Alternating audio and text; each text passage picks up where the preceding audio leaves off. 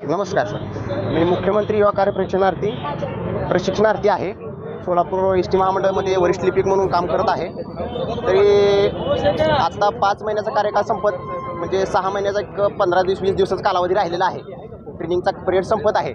तसंच माझे मुख्यमंत्री साहेबांना एकच विनंती आहे की कार्यकाळ वाढवून द्यावा, मुदत वाढवावी आणि एकनाथ शिंदेंजी म्हणलेलं आहे ते योजना कायम चालू ठेवू, बेरोजगार होऊ देणार नाही.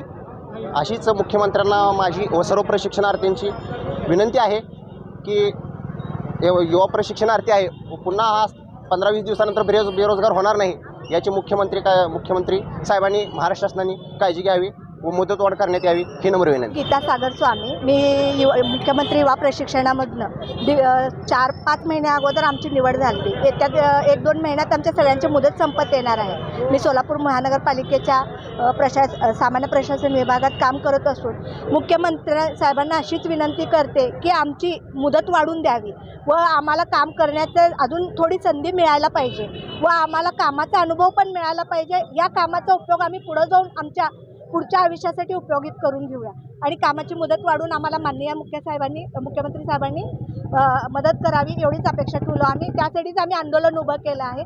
जर ह्याची मदत मुख्यमंत्री साहेबांनी मुदत वाढवून नाही दिले तर आमचं आंदोलन अजून तीव्रपणे वाढेल आणि यात खूप लोक सहभागी आहेत.